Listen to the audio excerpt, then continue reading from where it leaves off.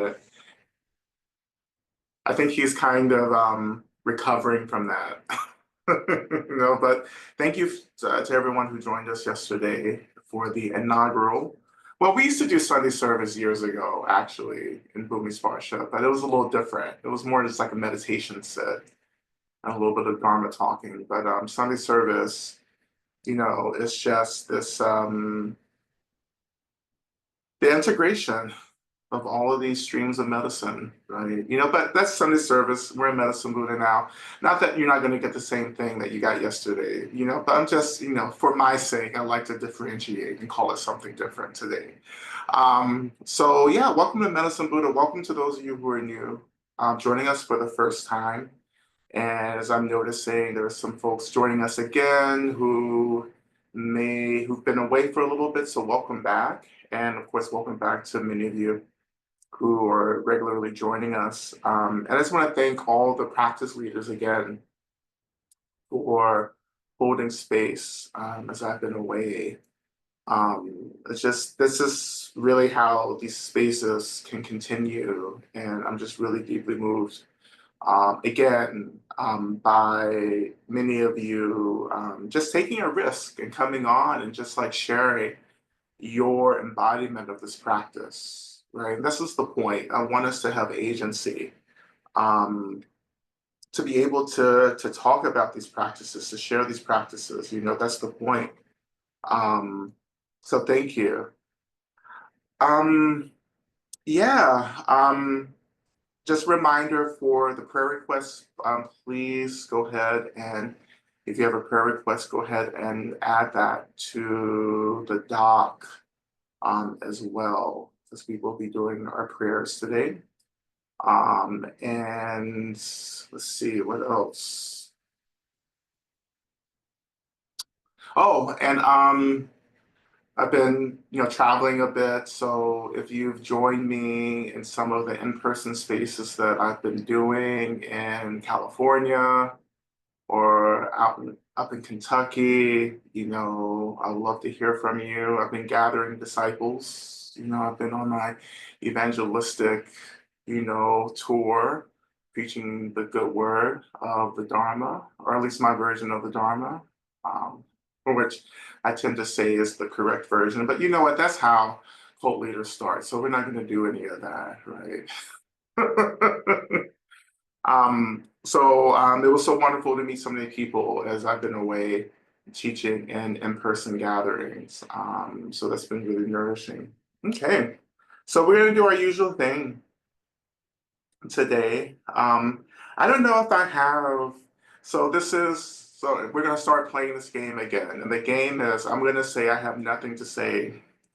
And then I'll keep talking for 10 seconds. And then all of a sudden, an hour will pass. And we hadn't practiced at all. The usual thing. But today, for our practice, I have really been thinking about the earth. As I often do, the earth, the land is important for me. And as I've often said, that one of the most important medicines that we can be embodying for people right now is to become kind of stability for people, to become a kind of tethering for people as we find many of our loved ones, and members of our communities really struggling right now, and of course, many of us in this practice session, in this community, are also really feeling very deeply the impact of systemic collapse, right? You can call it all kinds of things, fascism, but it's systemic collapse. But, as I often say, it is a moment where we're being invited back to what we really are, right? Which is painful work, because that's really the work of healing, right? So as things collapse, what we're actually being called to do is to enter into a deeper healing, right? A remembrance of what has gone before, a naming of what has been gone before, and then the actual healing, of the pain, the trauma, the suffering of the past, instead of continuing to weaponize. See, this is what happens. See, it's happening. Like it just sneaks up on me. I'm like, oh, I'm just going to start practice. And then all of a sudden, I'm talking about something. I want to make a different choice in this session. I want to disrupt that. But before I disrupt that, let me just end this. Let me just end this thought. It's a long thought, but I'm going to get through it. But I know we want to be more active. Like we have visions of us really doing these really specific things to disrupt, to stop, to do all of that, right? But what this moment is calling us to do, and what it's asking many of us to do, is to become the earth for people, to help to ground people, to catch people, right? Because what's happening now is going to happen, right? It will happen, right? It is happening and will continue to happen until the end, until it gets to the other end, right? This is These are decisions that have been made well before many of our lives, many of our current lifetimes. These are streams of karma that have been put into action well before many lifetimes in the past, right? And one of the things about karma is that, yeah, we have all kinds of practices to change, to disrupt karma, to purify karma, and all of that, right? And we'll talk more about karma in our Blessed Slay sessions as well this year. But one thing about karma is that often karma just needs to have its way. Karma needs to ripen, as we say in the tradition. It needs to ripen, and then it'll be done, right? And sometimes, no matter what we do, no matter how many ceremonies and rituals and prayers, we throw at it, sometimes karma just needs to ripen. Sometimes karma just needs to have its fruition, and then it dissipates, right? And collectively, this is what's happening. Right? And not to say that there aren't many beings, including us, who aren't here disrupting, softening, making this a little more gentle, but that's only so much work that we can do, right? And this is why the earth is so important, because the earth is here holding us, tethering us through this ripening of karma. But the ripening of karma has to dissipate for us to get to what's next, right? And so we're holding on, as I often say, holding on tight but gently, you know, holding on tight but gently, right? And what helps me to hold on is the earth, is the land, right? Among all the elements, it's the land, it's the earth that I am tethered to, that I feel held by, right? One of the things that I've been doing recently, and this is also, I want to invite you into this practice as well. But one of the practices that I am committed to doing, and I started a couple of days ago, is usually in the evenings, but I think you can do it anytime. But in the evenings, I just kind of go out into my backyard barefooted. And I just stand on the land. I feel the land, the earth rising. I greet the land is the mother. I greet the sky is the father. And I just kind of stand outside, feeling the energy, the consciousness of the earth. And I just pray, right? I just kind of pray, standing up, feeling the earth under me, because the earth becomes a witness, it becomes a catalyst for prayers, right? All the elements do and can, right? Fire puja, fire ceremony, fire puja, it's the same idea. How do we use the elements to really energize, to awaken prayers, right?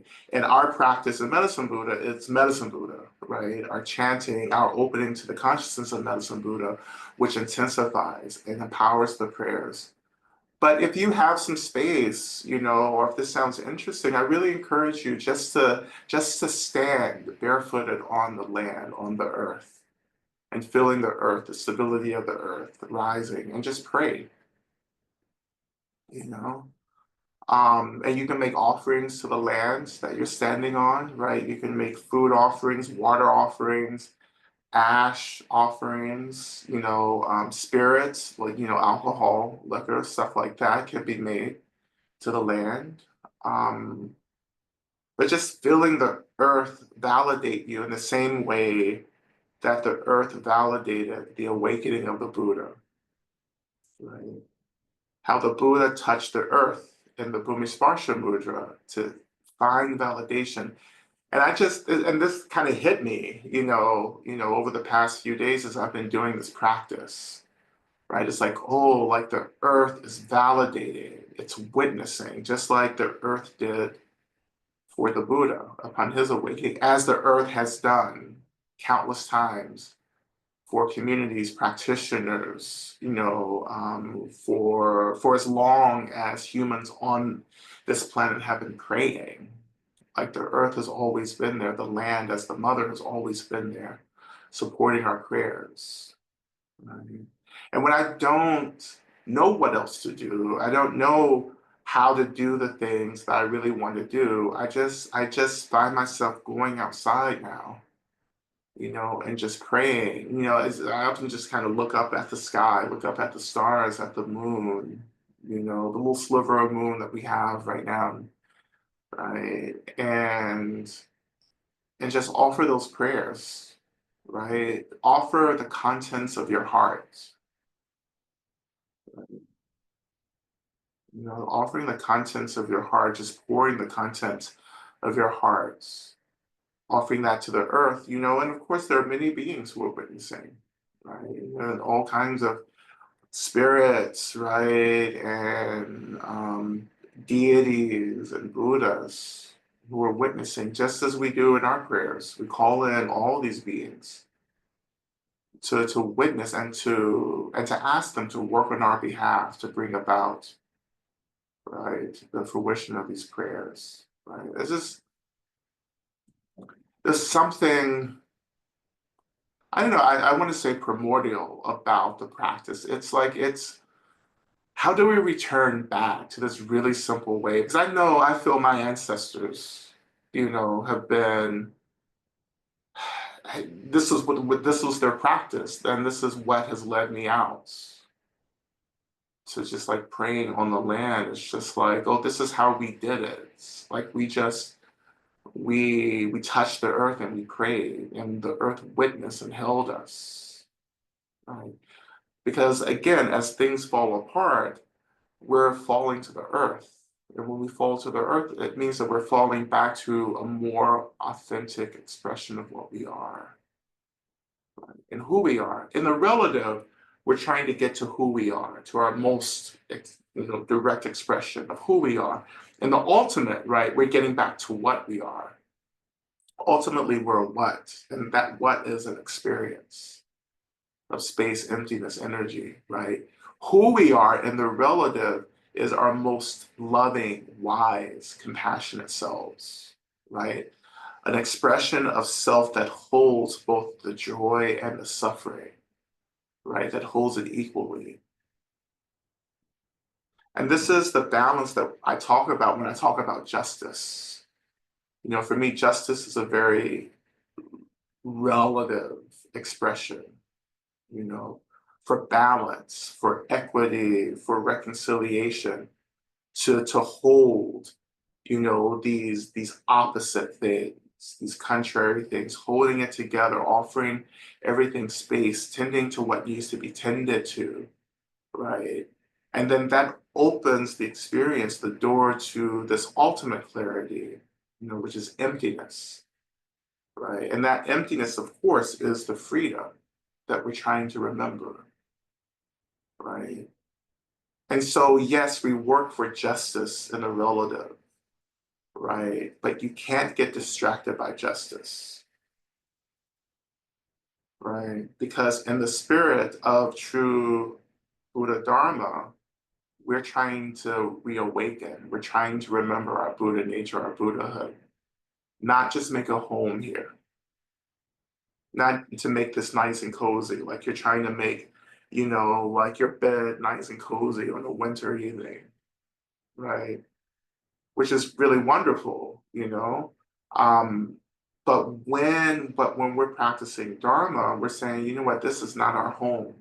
This is an experience that we're having. This is an experience that we're passing through, right? This an experience that we take seriously, right? It is an important experience, but it is not our most authentic experience. Our most authentic, truest experience is that of remembering our Buddhahood.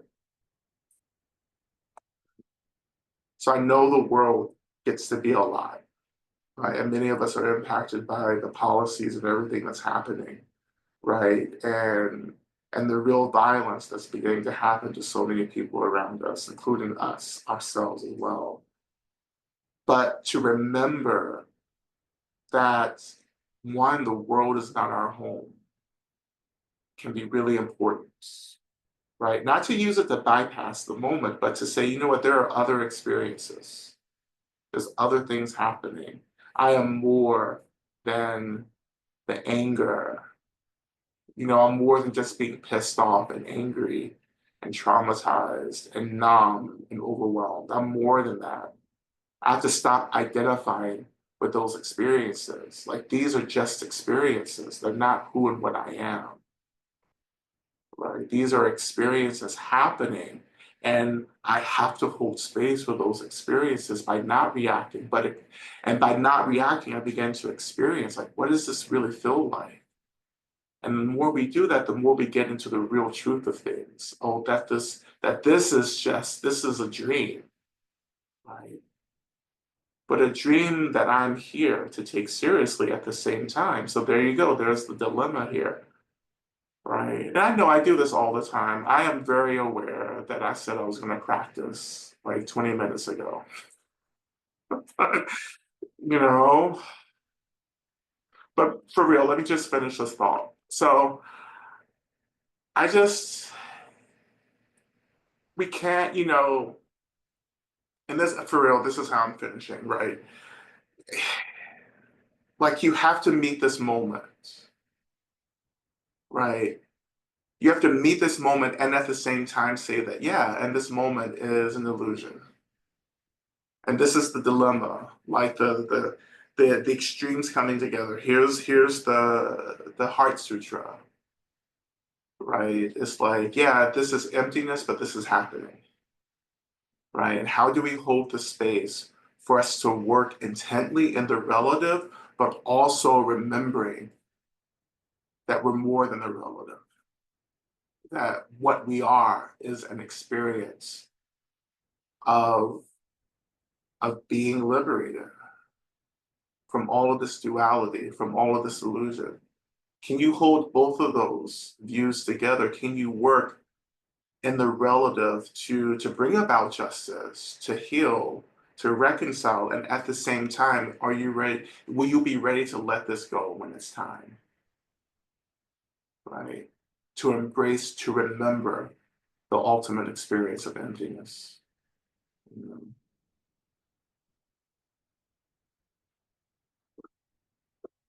Oh, I forgot my computer sound is still on. Oops. There we go. Usually I have Eric. Sorry, Karen, this isn't for you. This is not feedback for you, but usually Eric is like on top of me with like, turn this off, turn that on. I can't hear you. Um, that's not Karen's job, actually. That's Eric's job. But yeah, this is happening. Yeah. It is form and emptiness together. That's the teaching. This is I consider the Heart Sutra one of the hardest sutras to work with, and it's my favorite because of that. You know, um, yeah, I am devoted. I am deeply devoted to the study and the practice of the Heart Sutra, right? Because I think it has so much insight, so much medicine. Like it's helped me to really be fierce in the world, to pay attention, to show up, to get involved, right? To grieve, to mourn, to experience anger, to take things seriously, right? And at the same time, it opens up this other space. And that space is actually what's holding all of this activity. It's the space that reminds me that at the same time, this is just an experience, right? And there's the balance, right? This is an experience, but I'm taking it seriously. And ultimately, this is not my home, that I am working really hard to remember what I am. So when I remember, I have agency to choose my path, right? So I can have agency to even choose to return back into this experience of suffering solely to help people. Right? Agency. And that's what we're trying to do in our meditation practice. That's what we're doing in our sadhana practice. We're developing agency to choose. That choice is based upon a belief that I am an awakened being, right? Not to start from like my faults or my like all the ways in which like I am less than perfect, right? Not to start from that, but to start from the real basis of Buddhist practice, which is I am an awakened being who is trying to remember their awakened nature, right? We're not creating anything. Please know that we're not creating anything in the practice. You're remembering something. Many of you have these experiences in practice, when you practice with me, right? Or in general, when you practice. And at the same time, nothing's being created. You're not fabricating. You're just like beginning to pay attention to what has always been present, right? Just kind of covered over, kind of pushed to the side. But our practice is inviting these higher levels of consciousness, these higher levels of being and experience back into awareness, right? So you begin to have these experiences of being more than just a physical, enfleshed being, but a spiritual being, a fluid, ephemeral being, right? A multidimensional being, right? And that fluidity, that little taste of what we are beyond the rigidity, of our present experience is such potent medicine, right? And this is the kind of medicine that helps me to hold on through this period, right? It helps me to hold on, like the world is not my home, but I'm choosing to be here, to be of help, right? You know, so so let's practice now. Let's get into our practice. So again, we're becoming the earth. Um, and we're gonna get there somehow. So let's just hold on. Just hold on, we'll get there. As usual, I don't have anything thought out or planned out, So you will be as surprised as I am when we get there. It'll be a surprise for both of us. Okay. So let's begin. Let's begin, as we often do, just by reflecting on why we're practicing.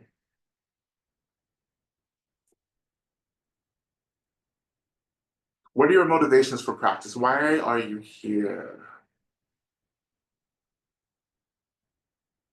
And you can have any motivation for practice, but I really encourage you to first establish the motivation of remembering, of enlightenment, of getting free as the primary motivation, because that is the tradition.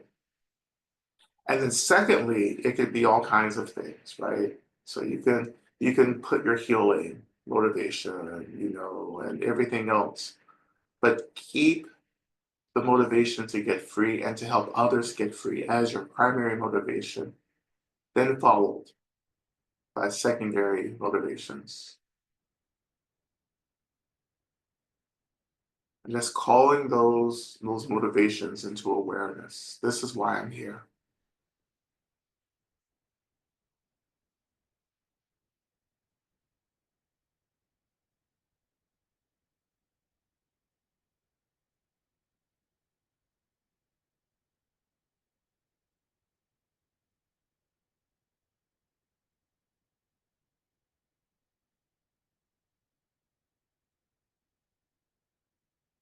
And so when you're ready, let's shift our attention to the seat as we always do, noticing the weight of our bodies, the seat rising to hold us.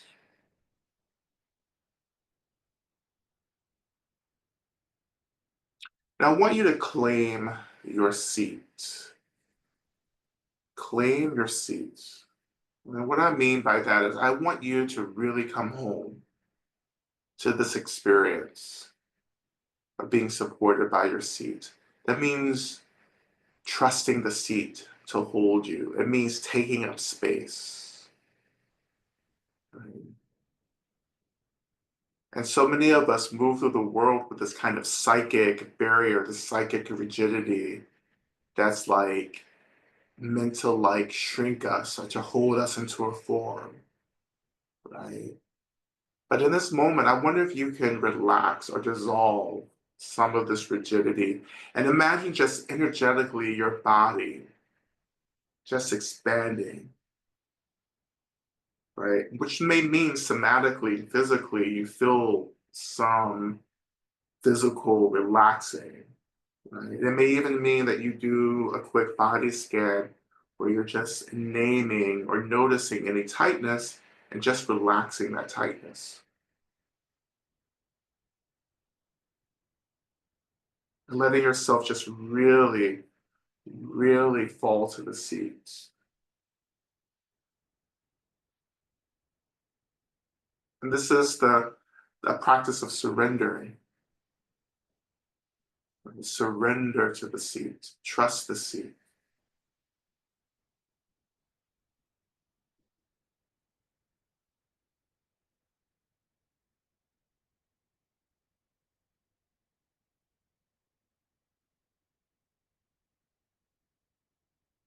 But probably as you're surrendering and opening to the seats, you're going to feel some experiences maybe come to the forefront of awareness, maybe some experiences of anger and grief, sadness, fear.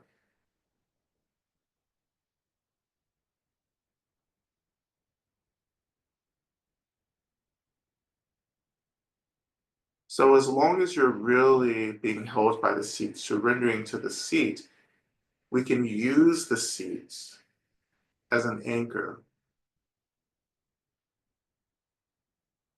And that's anchoring so much of our attention. And when your attention is being anchored by the seat, then we can allow some of these emotional energies to kind of lift or rise into awareness. And we don't have to get involved. We just have to notice. Right? So in my practice in this moment, what I'm feeling is first, just like the anchoring of the seat, I feel really held by the seats. My body, my attention held, right? And then as I'm being held, I'm just noticing some of these emotional energies, these thoughts that I've been kind of like pushing down or distracting myself from, they're just kind of being released, right? They're kind of floating up into my awareness. So I'm feeling the grief, I'm feeling the anger, I'm feeling a little bit of hopelessness. And it's okay. It's okay to experience these things. It's okay for these experiences to be present with us. Right? I am extremely hopeful and clear about the future, but at the same time, there's still hopelessness that creeps in, and that's okay. There's still grief, lots of grief in my experience. That's okay. There's anger, right? It's okay.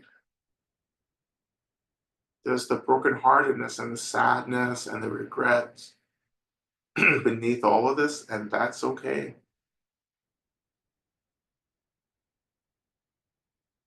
Everything is okay.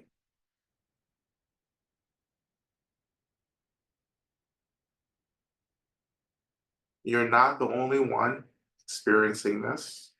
There are countless beings across countless worlds who are experiencing the same thing that you're experiencing. So you're not alone. You are a member of a very vast, boundless community of beings across countless worlds experiencing the same thing. And it's okay.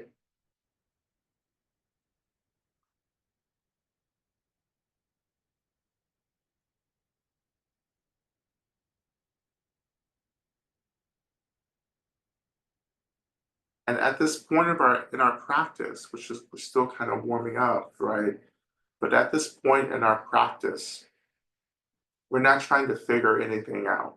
We we're not trying to examine narratives or figure out where something's coming from or why you're feeling what you're feeling. We're not doing that. We're just noticing. We're being held by the seat, noticing what's arising, understanding that we're part of a vast community where countless beings are experiencing the same thing.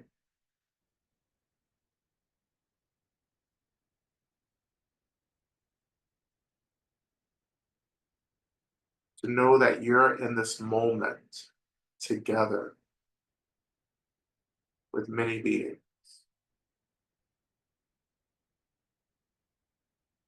and that everything that's happening is an experience. It is not who or what you are.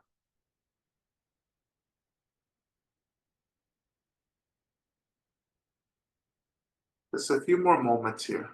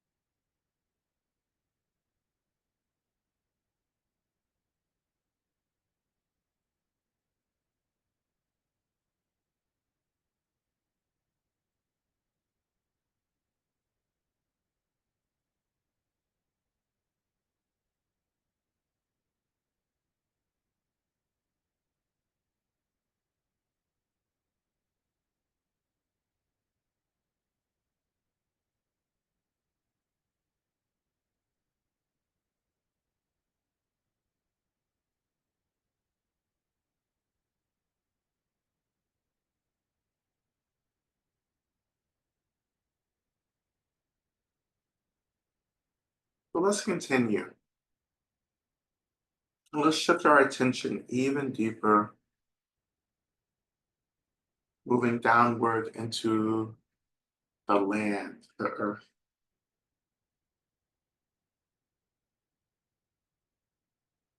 And so this is the practice of touching the earth. And in this moment, we're mentally or psychically touching the earth. And this can be a very subtle experience, right? So as we think about the lands that we're living and practicing on, we are indeed psychically touching the land.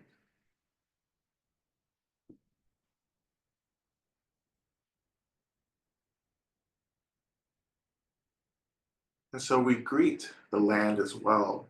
And I do this every day as much as possible in my practice. Just greet the land, simply saying hello, right? Greetings to the land, to the earth, or depending on your practice, greeting to the mother.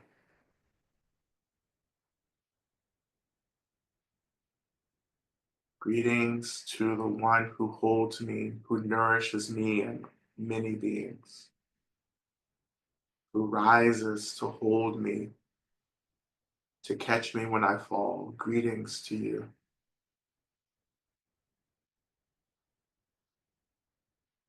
that I am an extension of you and you are an extension of me.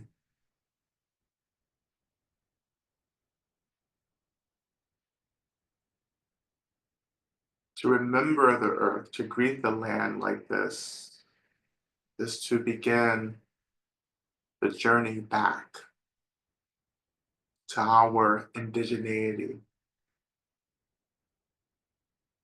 to remember our relationship to the land, is to remember or to begin to remember who we are in this body, in this realm, that I am of the earth,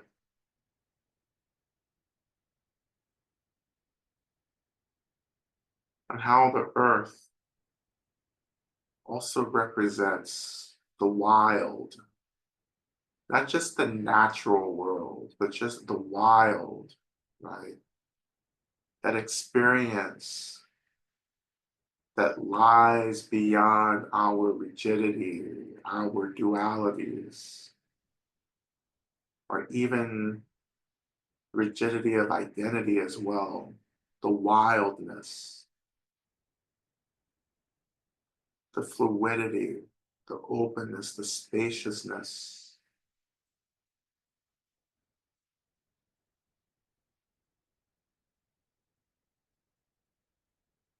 To return back to the earth is to return back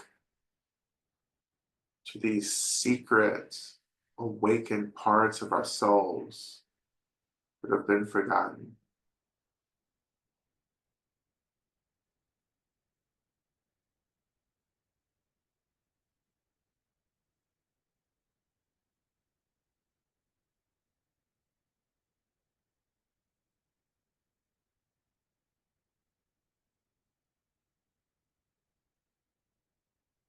And so, in your imagination, just in your mind, I invite you to imagine that you're actually lying or sitting on the lands.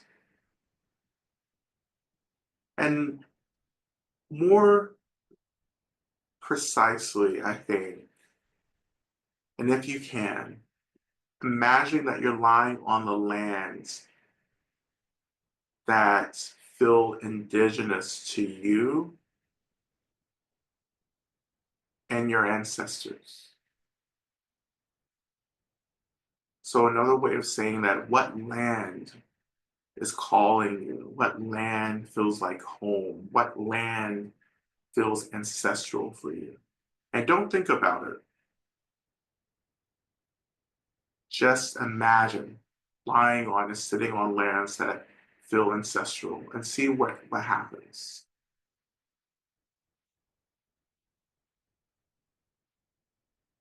Where do you go to? It can even be your backyard, right? And you may happen to be on your ancestral lands.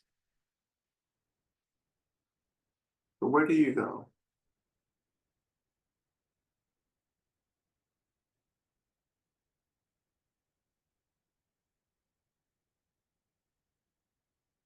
And so slowly we turn our attention to the first of our mantras, this mantra of evoking, welcoming Medicine Buddha into the space. Om Minla Sangye Kino Soha,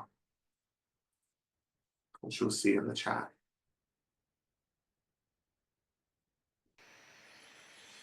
As we often do, we begin with chanting Om, and then chanting the mantra 3 times, and then ending with an Om.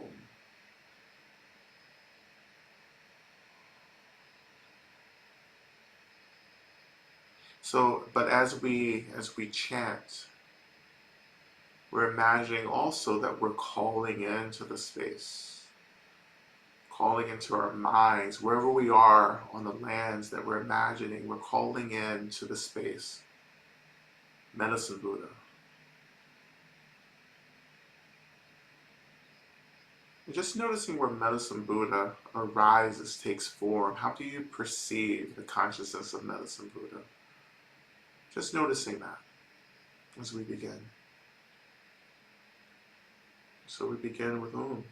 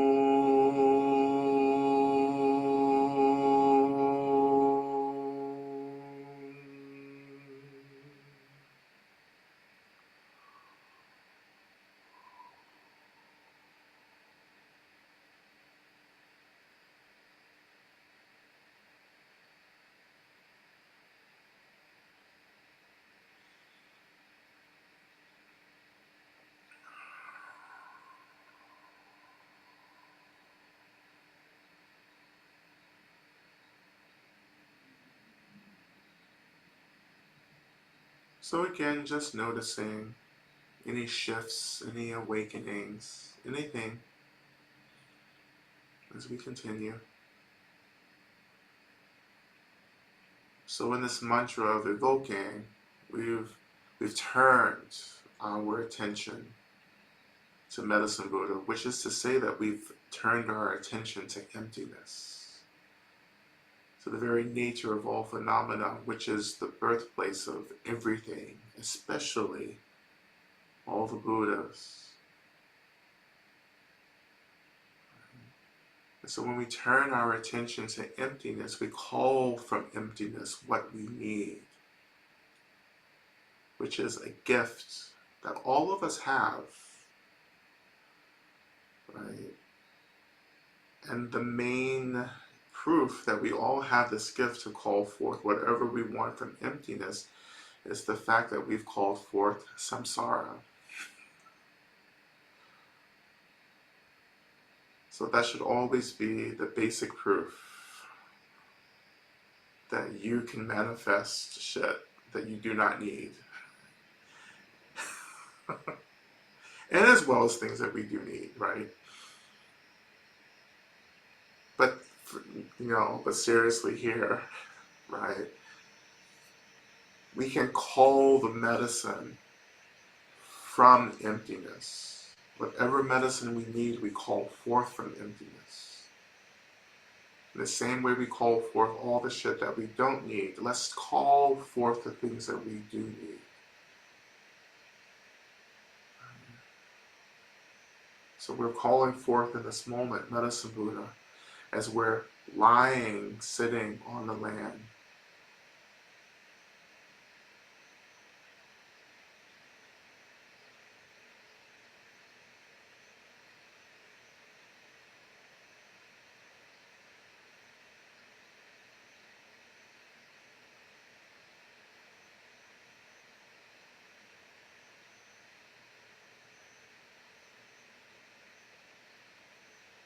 And so feeling this presence of Medicine Buddha, who we've called forth now to hold this space and this practice. We turn our attention back to the earth again, feeling the earth rising to hold us in our practice.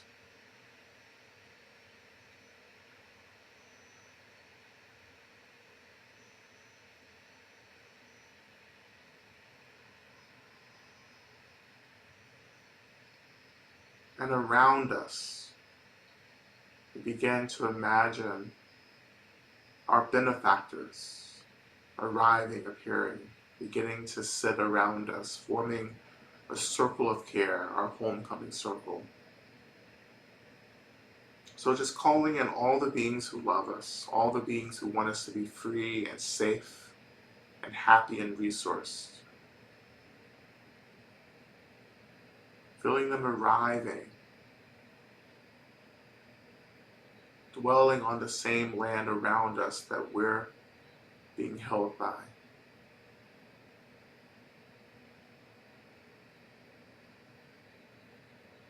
And they begin to radiate, to express this energy of profound awakened care,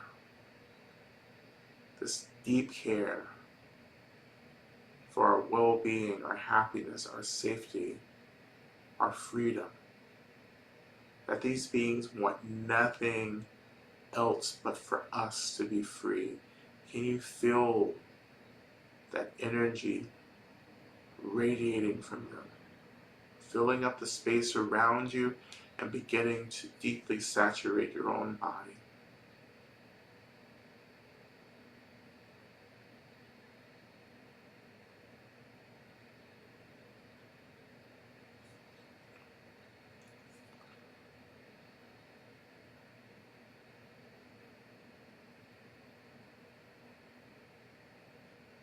And our bodies are deeply drinking in this energy of care.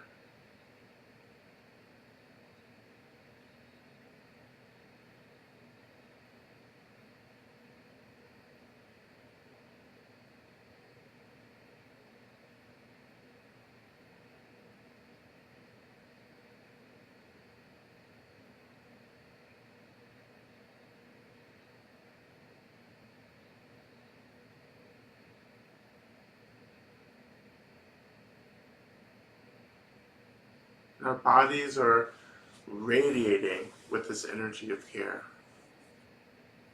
So much so that our bodies begin to dissolve in this energy of care. We're dissolving into care itself.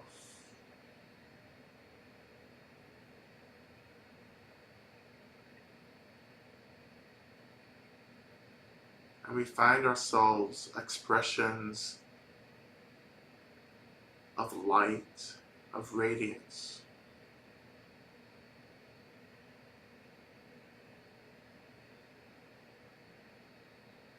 And we slowly begin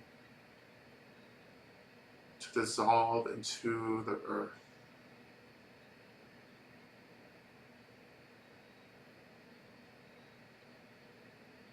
Feeling the stability, the nurturing of the earth. How the earth is holding us, grounding us, rooting us, and tethering us.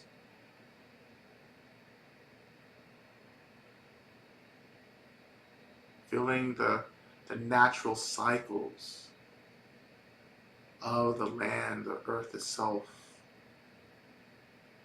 Feeling connected to all life forms, all beings who themselves are deeply connected to the earth. And we allow the earth in this form, in this absorption, to hold the experiences that we struggle to hold for ourselves. Surrendering our sadness, our grief, our anger, trauma, brokenheartedness to the care of the earth.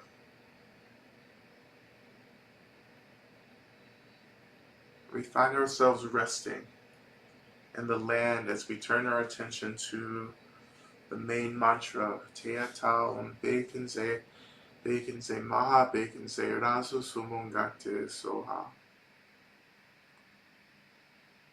And like this, I pray for the end of pain and suffering and the root of pain and suffering. And I release the energy of this prayer out to all the world so that we all may be liberated. And as always, you can chant along or you can just sit and listen in your space. But regardless, just rest and be held.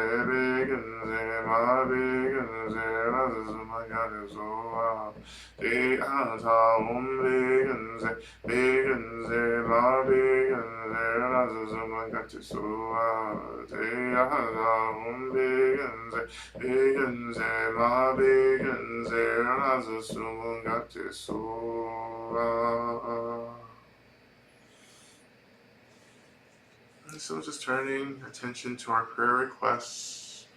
We invite all the Buddhas, the Bodhisattvas, the Yadams, the Dharma protectors, all beings of light, all beings connected to the lands, to the elements, to the spirits, to benevolent ancestors, to all beings of light, angels, and all deities that are a part of this liberation work. We call you to the space and we offer these prayers to you, and we ask you to work on our behalf to bring about the fruition of these important prayers.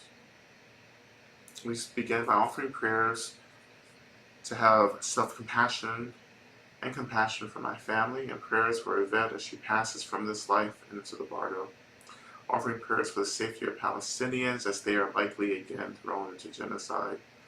Offering prayers that I can quickly get through this divorce and that it doesn't break me spiritually and physically. Offering prayers to leave and find safety in doing so. Prayers for peace in the midst of the shaming and harshness others put on me. Prayers for the H family and that they can find stability and support. Prayers for healing of trauma and violence and of abuse. Prayers that I find a good job that I can do. Offering prayers that R and I find a new car that we can afford and that is electric. Offering prayers of gratitude for all my beloveds and the resources that we have. Offering prayers for R's continued health and vigor. Offering prayers that Cindy's cancer goes away. Offering prayers that I don't lose hope with one trial after the next and so many things that I've relied upon evaporating. Offering prayers of support for myself while grieving and releasing the idea of abandonment and separation. Offering prayers for sacred space to honor my individual, generational, and ancestral sorrows. Offering prayers for peace, deep listening, and loving speech to all. Offering prayers for all those feeling loss and suffering, especially those who are abandoned or grieving. Offering prayers for J and S and M and even JP. Offering prayers that Teddy recovers from the mysterious illness and come home from the hospital. Offering prayers for the well-being of all, especially T and S. Prayers that we all recognize our true nature and may be of benefit to all. Prayers for the fish in my house who have died, and prayers for guidance and whether the remaining fish needs another fish. Offering prayers for compassion and patience, prayers of care, protection, and deep gratitude for N and R. Prayers for the ancestors and lineages, prayers for Bhumi Ma and Baba Varuna. Prayers of abundance, care, grounding, pacing, protection, and protectivity as I travel and dive deeper into the work once home. Offering prayers for Lama Rod to be well, safe, supported, cared for, and appreciated always. Prayers for the beloved community to be mutually well, safe, supported, and celebrated and sustaining as we practice together.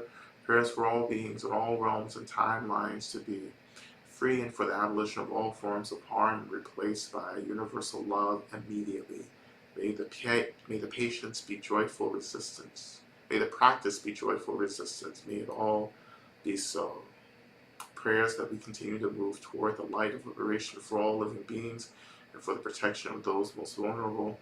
Prayers for the refugees, for the descendants of the original inhabitants of Turtle Island, for the immigrants, and for all beings to experience healing, homecoming, and ultimately liberation. Offering prayers for clarity and a path forward. Prayers for my beloved. Prayers for my friend A, who was being put through the carceral physician's health program. May she find ease and release from shame and control. Offering prayers for Matthew, Annette, Nellie, Kathleen, Ariel, Daniela, Alexis, and my wife Anna, our Venezuelan friends, all migrants, Jessica Brochet. Offering prayers for the church, for the fellowship of all peoples congregation, and the passing of their senior minister and our beloved professor at Pacific School of Religion, Reverend Dr. Dorsey Odell Blake. Wishing you a smooth transition. You are greatly missed.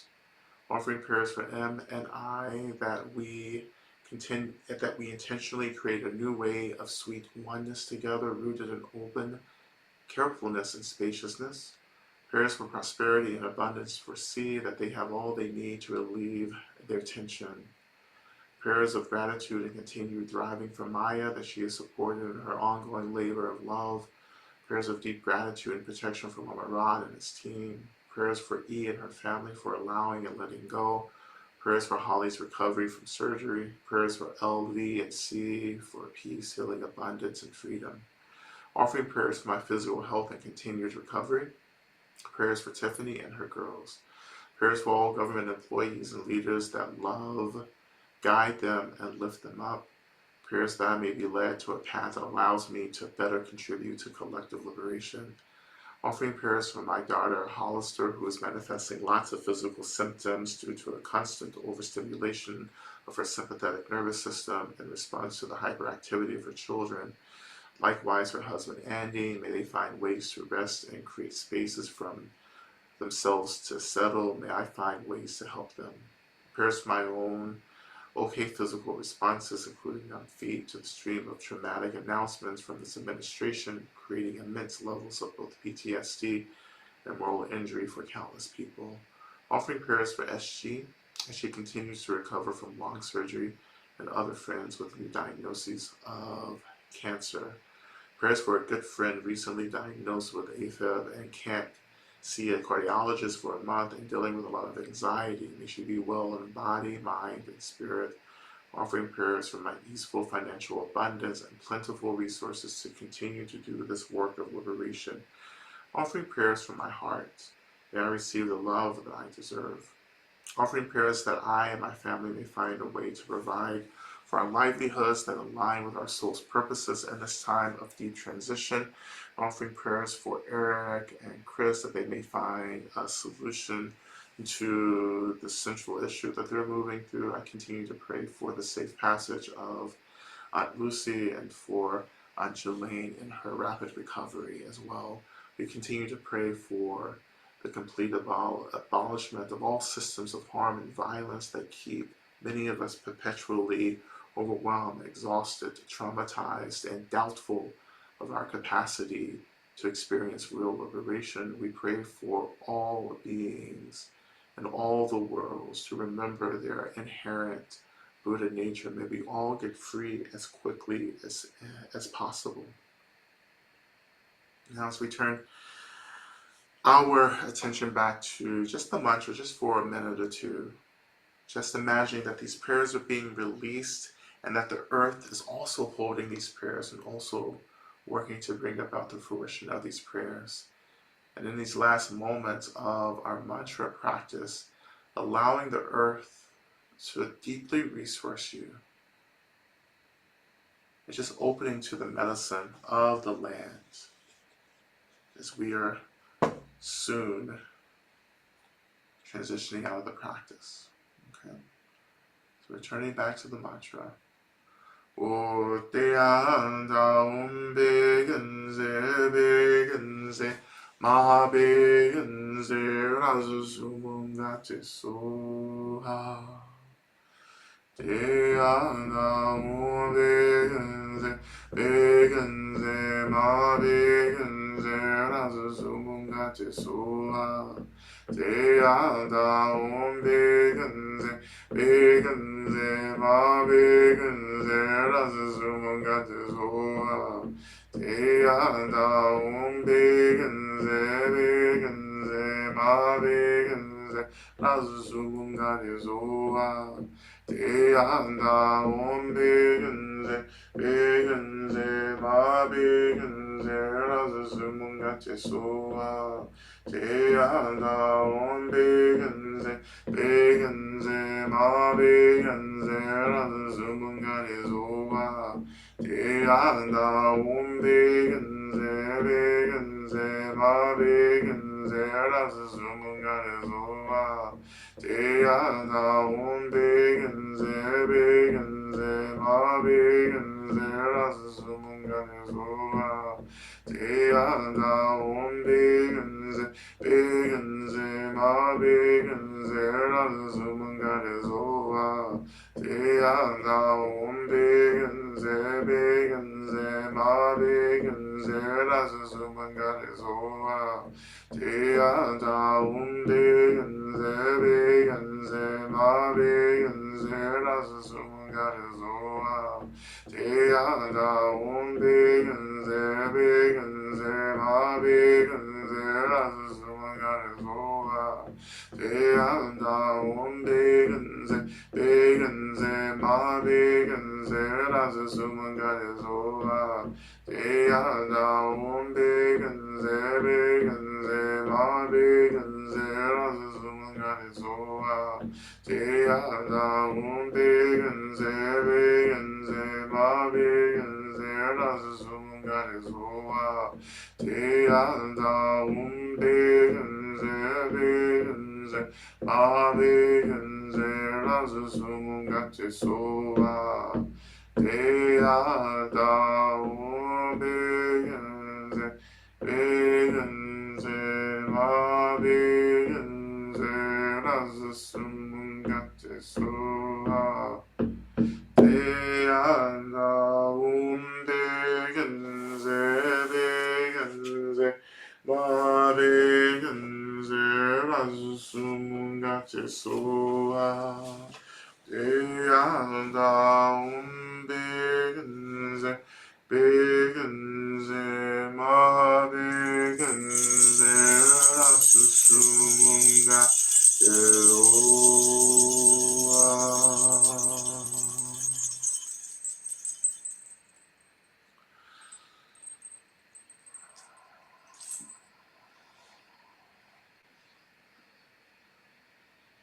So just returning our attention to wherever we are in this practice, we can begin to feel the earth release us, allowing our energetic bodies to return back to the top of the land in the presence of our benefactors, our homecoming circle.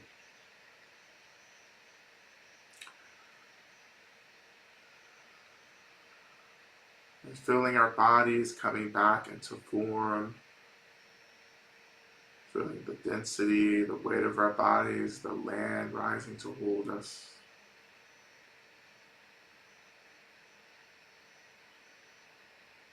Offering deep appreciation to our benefactors who held us during this practice. Imagining that they begin to dissolve into white light and how that white light is absorbed into our heart centers. We thank the land, the earth, the mother for loving us and supporting us.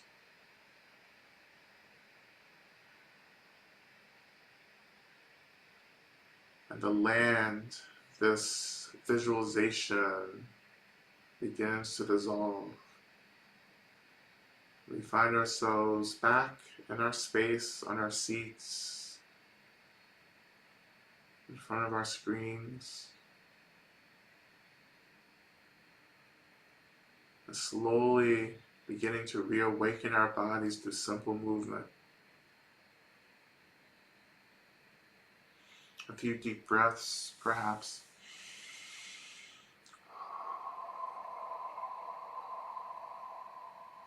Coming back into this timeline as we turn our attention to our closing prayer, Shantideva's prayer from the Bodhisattva's Way of Life, which we'll recite 3 times.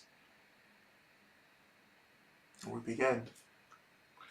May I be a protector to those without protection, a leader for those who journey, and a boat, a bridge, a passage for those desiring the further shore. May the pain of every living creature be completely cleared away. May I be the doctor and the medicine, and may I be the nurse for all sick beings in the world until everyone is healed. Just like space and the great elements such as Earth, I always support the life of all the boundless creatures. And until they pass away from pain, I also be the source of life for all the realms of varied beings that reach unto the ends of space. May I be a protector to those without protection, a leader for those who journey, and a boat, a bridge, a passage for those desiring the further shore. May the pain of every living creature be completely cleared away. May I be the doctor and the medicine. May I be the nurse for all sick beings in the world until everyone is healed. Just like space and the great elements such as Earth, may I always support the life of all the boundless creatures. And until they pass away from pain, may I also be the source of life for all the realms of varied beings that reach into the ends of space. And finally, may I be a protector to those without protection, a leader for those who journey, and a boat, a bridge, a passage for those desiring the further shore. May the pain of every living creature be completely cleared away. May I be the doctor and the medicine, and may I be the nurse for all sick beings in the world until everyone is healed. Just like space and the great elements such as Earth, may I always support the life of all the boundless creatures. And until they pass away from pain, may I also be the source of life for all the realms of varied beings that reach into the ends of space.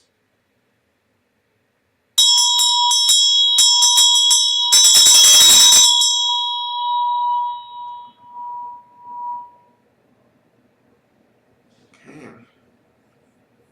Thank you all so much. Thank you all so much for your practice today, and deep appreciation to Karen for holding down so much work behind the scenes. I just want to offer deep appreciation to well, I would say to all of my elders in the group. I'm not going to go down and name names, but I see Kalilia in the room tonight. So, and Randa, I see Miss Sharon.